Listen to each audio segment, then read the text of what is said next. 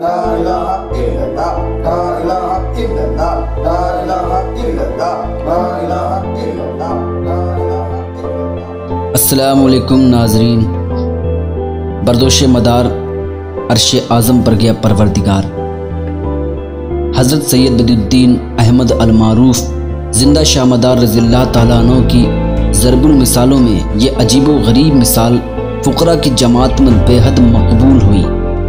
हदीस मुक़द्दसा है, क़ल्ब मोमिन अर्शुल्लाह, यानी मोमिन का क़ल्ब अल्लाह का अर्श है।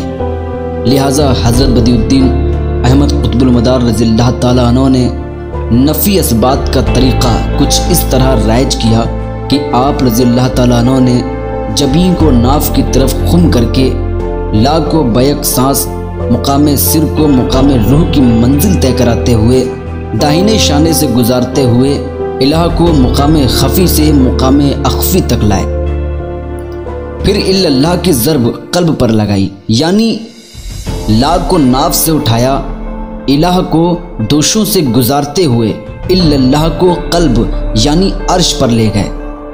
फिर ये तरीक़ा नफ़ी इसबात का बाकायदा सिलसिले आलिया मदारिया में राइज हो गया और दूसरे सलासिल के बुज़ुर्गों ने भी इसे पसंद किया।